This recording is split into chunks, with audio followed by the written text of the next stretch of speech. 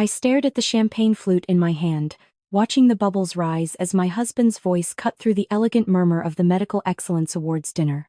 "I need to make an announcement," Marcus said, standing up at our table. His hand rested on the shoulder of the woman beside him. "Not me. Veronica Liu, 27, all glossy hair and practiced smiles. Isabella and I are separating. I know this is unconventional, but I believe in honesty. Veronica and I are together now, and I wanted everyone to hear it from me first." The ballroom went silent.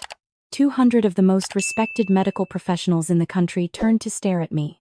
Marcus had chosen the night I was supposed to receive recognition for 10 years of cancer research to publicly humiliate me. He slid an envelope across the white tablecloth. Divorce papers. At the table where I'd expected to celebrate my breakthrough, surrounded by colleagues who'd watched me build him into the celebrated surgeon he'd become. "I'm sure you understand, Isabella," he said, his voice dripping with false sympathy. "We've grown apart. You've been so buried in your research, and well, a man has needs. Needs for someone who actually remembers he exists." Veronica laughed, a tinkling sound that made my stomach turn. Several people at nearby tables joined in awkward, uncertain laughter that said they didn't know how to react but were following Marcus's lead. He'd always been good at commanding a room. I set down my champagne glass with steady hands. 10 years of marriage. 10 years of putting him through medical school while I worked 2 jobs and completed my doctorate. 10 years of celebrating his successes while mine went unnoticed, even by him. But what Marcus didn't know, what none of them knew, was that 4 weeks ago, I'd overheard everything in the hospital parking garage. I smiled at the room, at Marcus, at Veronica with her hand possessively on my husband's arm. "Thank you all for being here tonight," I said, my voice calm and clear. "I have an announcement of my own." The laughter died mid-breath, but I'm getting ahead of myself. Let me tell you how we got here. 3 months earlier, I was still living in blissful ignorance. Marcus and I had our routines. He left for the hospital at 6 every morning for surgeries. I arrived at the research lab by 7, often staying until 9 or 10 at night. We'd become ships passing in the night, but I told myself that was normal for 2 driven medical professionals. Our 10th anniversary was approaching in May, and I'd been planning something special. I was weeks away from completing my research on a novel immunotherapy approach for pancreatic cancer, work that could save thousands of lives. I'd planned to announce at the anniversary dinner that Marcus would be listed as a collaborative researcher. A gift, recognition for the support I believed he'd given me. How stupidly naive I was. It was a Tuesday evening in late March when everything changed. I'd left my laptop at the lab and drove back at 8:30 to retrieve it. The parking garage was nearly empty, just a few cars scattered across the levels. As I walked toward the research wing entrance, I heard voices echoing off the concrete. Marcus's laugh. Unmistakable. I froze behind a support column. "She has no idea," he was saying. "Isabella's so absorbed in her precious research, she wouldn't notice if I moved out completely. When are you going to tell her?" A woman's voice. Young, confident. "After the awards dinner in May. I need her to finalize the research publication first." My heart stopped. "Why wait?" the woman asked. "Because, Veronica, my love, I'm listed as lead researcher on the grant applications. If Isabella gets suspicious now, she might realize I've been positioning myself to take primary credit for her work. Once the papers are filed with me as principal investigator, there's nothing she can do about it. I'll have the recognition, the career boost, and I'll be free of her." I pressed my back against the cold concrete, barely breathing. "You're brilliant," Veronica said. "And once you're divorced, we can finally be public. No more sneaking around." 2 more months, Marcus replied. "Then I serve her papers at the dinner, in front of everyone. Maximum impact. She'll be too humiliated to fight the research credits. And I'll emerge as the sympathetic figure, the brilliant surgeon whose wife was too obsessed with work to notice their marriage falling apart." They kissed. I heard the soft sounds, the whispered endearments. Then Marcus's phone rang. "I have to take this," he said. "The pharmaceutical rep about the trial funding." My stomach dropped further. Veronica worked in pharmaceutical sales for Meridian Corp., the company funding my research trials. Was she feeding him inside information? Helping him manipulate the very study I designed? I waited until they left, then sat in my car for an hour, shaking. The man I'd loved since medical school. The man I'd sacrificed everything for. was planning to steal my life's work and destroy me publicly while doing it. That night, I went home and acted normal. Marcus was in the shower when I arrived. He'd texted earlier saying he was working late. I made dinner. We ate in front of the television. He kissed my forehead before bed and told me he loved me. I stared at the ceiling all night, my mind racing. By morning, I'd made my decision. I wouldn't confront him. I wouldn't cry or rage or beg. I would be patient, methodical, strategic. I would gather evidence, protect my research, and when the moment came, I would end him completely. The next day, I called Catherine Walsh, the best divorce attorney in the state. I need everything documented before he knows I'm aware. I told her in her downtown office, my hands clenched in my lap. Catherine was 50-something, sharp-eyed, with gray hair she wore in a severe bun. She'd handled some of the messiest divorces in Massachusetts medical circles. "Tell me everything," she said. I did. The overheard conversation, the research theft, Veronica's pharmaceutical connection, all of it. Catherine's expression hardened with each detail. "This isn't just divorce. This is fraud, intellectual property theft, and potentially a federal crime if he's misrepresenting grant applications. You need more than my help." She connected me with Richard Park, an intellectual property attorney, and Dana Morrison, a forensic accountant who specialized in academic fraud. Over the next month, I became a woman with a double life. During the day, I played the devoted wife. I smiled at Marcus over breakfast. I asked about his surgeries. I reminded him about our anniversary dinner at the Medical Excellence Awards. I even showed him the draft research paper with his name absent from the lead researcher position, exactly as it should be. "This looks great, Isabella," he said, barely glancing at it. "You've worked so hard on this." The lie was so casual, so effortless. How long had he been lying to me? But while I played my role, I was also building my case. Richard helped me file timestamp documentation with the university's intellectual property office, every lab notebook, every data analysis, every grant proposal with my signature as primary investigator. The timestamps would prove that any later claims by Marcus were retroactive and fraudulent. Dana started tracing the research grant money. It didn't take her long to find irregularities. Payments to Meridian Corp that didn't match the approved budget. Consulting fees to Marcus that weren't disclosed in the grant applications. Money had been moving in ways that violated federal research regulations. Catherine compiled evidence for the divorce. Phone records showing thousands of calls and texts between Marcus and Veronica. Credit card statements revealing hotel rooms, jewelry, expensive dinners, all while he'd insisted we needed to tighten our budget at home. And I documented everything myself. I installed recovery software on the home computer and retrieved deleted emails between Marcus and Veronica going back 18 months, messages where they laughed about my long hours at the lab, where Marcus complained about having to play the supportive husband at faculty events, where Veronica sent him proprietary information about the pharmaceutical trials, information she shouldn't have had access to. The evidence painted a clear picture: systematic betrayal, fraud, and conspiracy. But the hardest part was living with him while knowing everything. Watching him leave for the hospital each morning, knowing he was planning my professional destruction. Sitting across from him at dinner, listening to him talk about his day, knowing that Veronica had probably been in his office earlier. There were moments I almost broke. Moments where I wanted to scream at him, throw the evidence in his face, watch him scramble for excuses. But I thought about that parking garage conversation, about his cruel calculation, and I held steady. 2 more months, he'd said. He was counting down to my humiliation, so I counted down to his. My sister Emily was the only person who knew. She'd flown in from California 3 weeks before the awards dinner, and I broke down the moment I saw her at the airport. "I can't believe he would do this," she said, holding me in the arrivals terminal while I cried for the first time since the parking garage. "You gave him everything." "I know," I whispered, "but I'm going to take everything back." Emily stayed at a hotel and helped me coordinate everything. She was there when I met with the attorneys, when I reviewed the evidence, when I planned exactly how this would go down. "Are you sure about the public approach?" she asked the week before the dinner. "It's going to be brutal." "He chose public," I said. "He wants to humiliate me in front of every colleague I've ever worked with." "I'm just returning the favor with the truth." The night before the awards dinner, I barely slept. I went over the plan again and again in my mind. Marcus was asleep beside me, snoring softly, completely unaware that his entire world was about to collapse.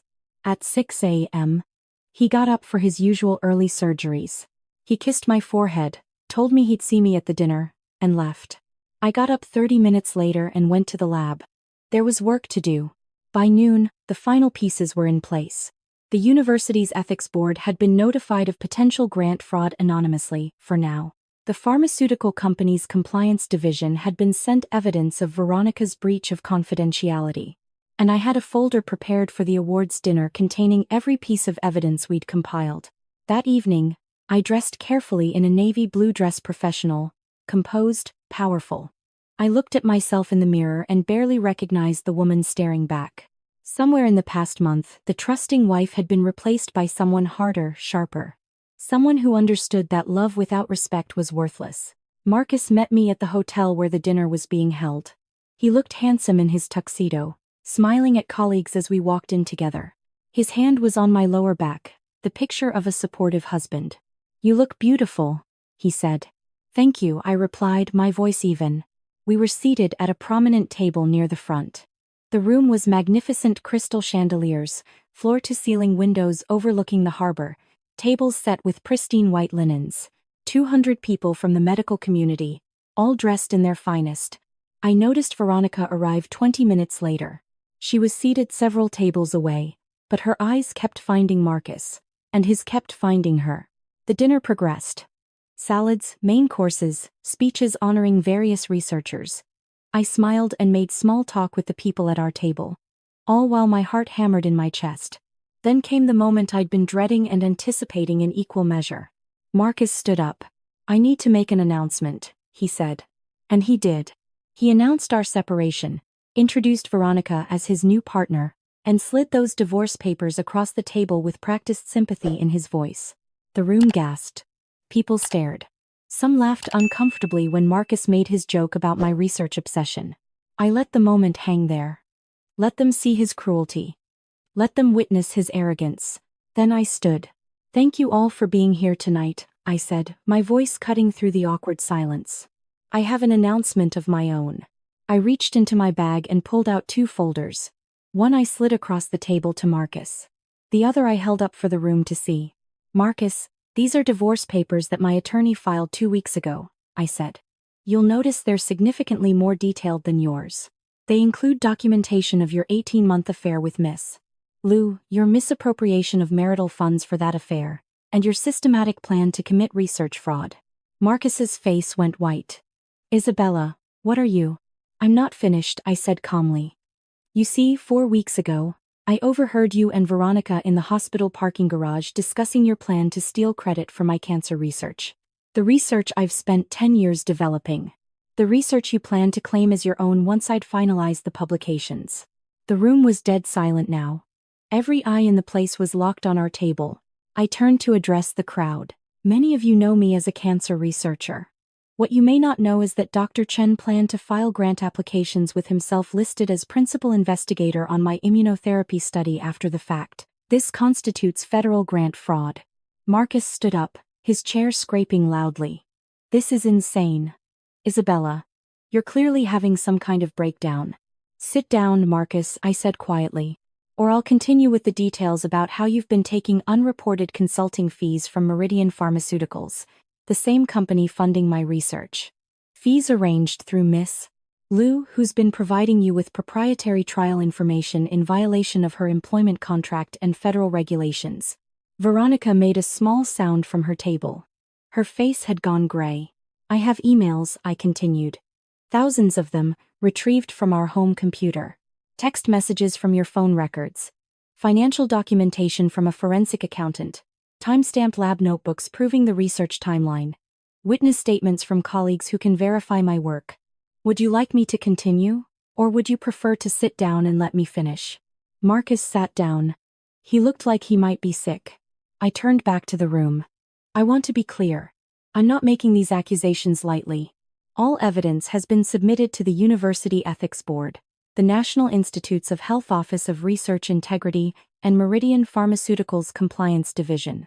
There will be formal investigations. But I wanted you all to know tonight, here, in front of the colleagues Dr. Chen intended to deceive. I pulled out one more document from my folder. This is a restraining order preventing Dr. Chen from accessing any of my research files, data, or publications. It's been signed by a judge and is effective immediately. Any attempt to claim credit for work he didn't do will result in additional legal action. I looked at Marcus. His hands were shaking. The smug confidence had evaporated completely. You told Veronica that I was too obsessed with work to notice our marriage falling apart, I said. You were wrong. I noticed everything. I just decided your betrayal wasn't worth immediate reaction. I decided to be strategic instead of emotional. I decided to protect my work and my future before dealing with you. I picked up my bag and the folder I'd brought. The divorce will proceed on my terms, Marcus. You'll find that your attorney will advise you to settle quickly and quietly. The alternative is a public trial where every detail of your fraud becomes part of the public record. Every email, every lie, every moment you plotted to destroy the woman who built your career. I turned to the event coordinator, who was standing frozen near the stage. I apologize for disrupting your event.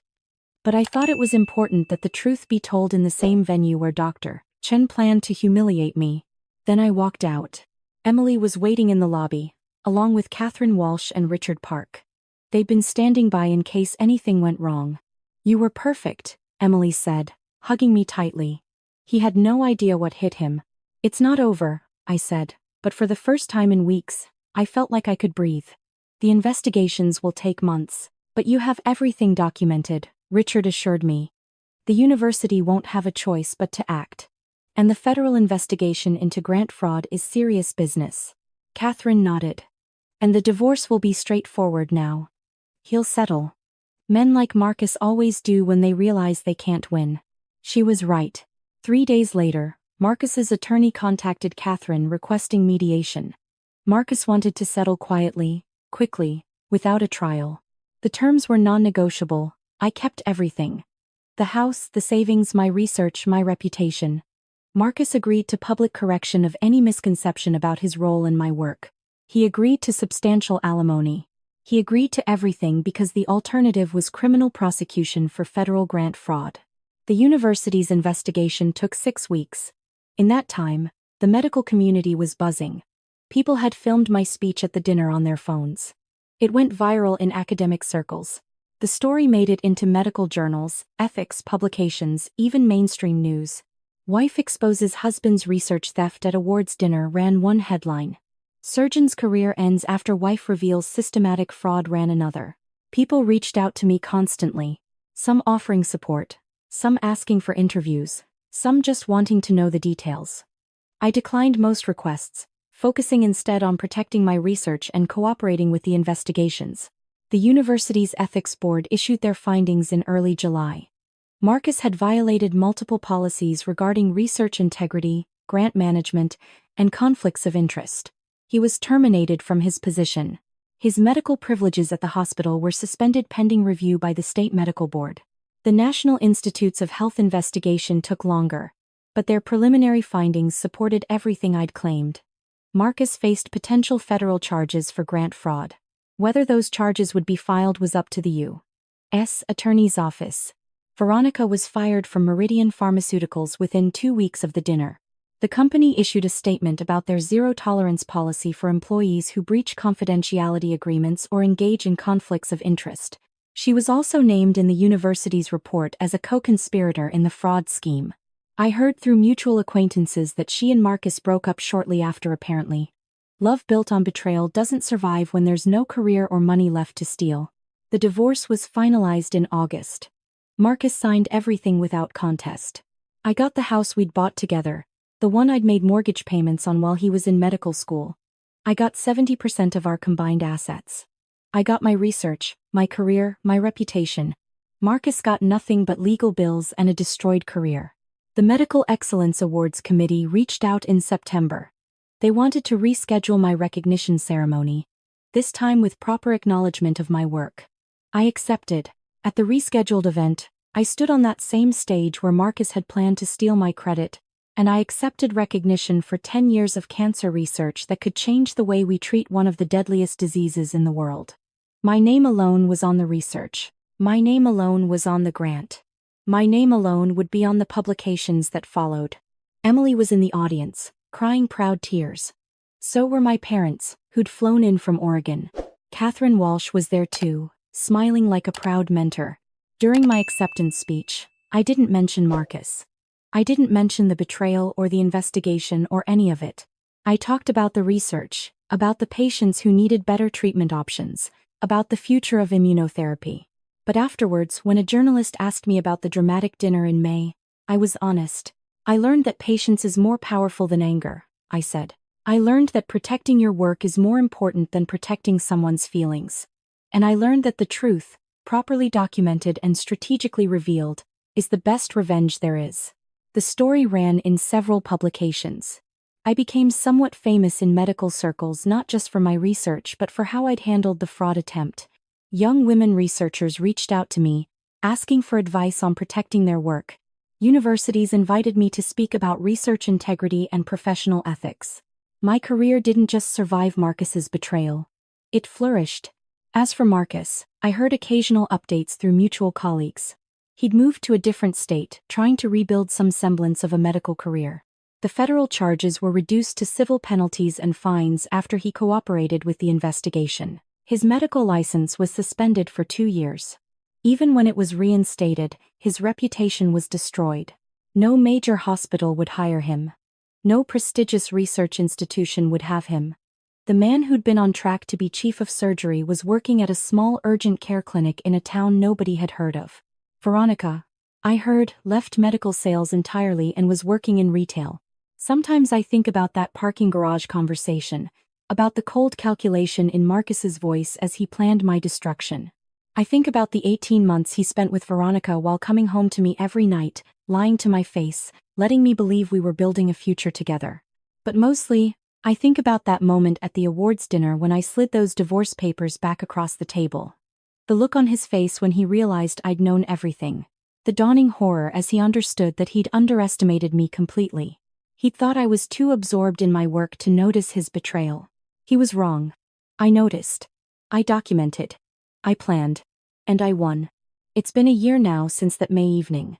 I'm living in the house alone, which I've redecorated completely new furniture, new paint, new energy. The photos of Marcus are gone. The memories of our marriage are packed away. I'm dating someone new. Actually, David is a professor of bioethics at a different university. We met at a conference where I was speaking about research integrity. He's kind, brilliant, and most importantly, he respects my work. He celebrates my successes instead of resenting them. Last week, we were having dinner when he asked me if I ever regretted how I handled things with Marcus. I thought about it carefully before answering. I regret marrying him, I said. I regret not seeing who he really was sooner. But I don't regret how I ended it. He planned to destroy me publicly, to steal my life's work, and to walk away with everything. I stopped him. I protected my research. I made sure the truth came out. No, I don't regret that at all. David reached across the table and took my hand. He thought you were weak because you were kind. That was his mistake. Yes, I said. It was. My cancer research is in clinical trials now. Early results are promising. If this works, if this immunotherapy approach proves effective, it could help thousands of patients who currently have no good treatment options. That research has my name on it. Just my name. Because I earned it. Because I did the work. Because I protected it when someone I trusted tried to steal it. Marcus wanted to end our marriage at that awards dinner and take credit for my life's work. Instead, I ended his career and kept everything that was rightfully mine. He laughed at me that night, standing beside his mistress thinking he'd won. But I had the last laugh. And it echoed much longer than his ever did.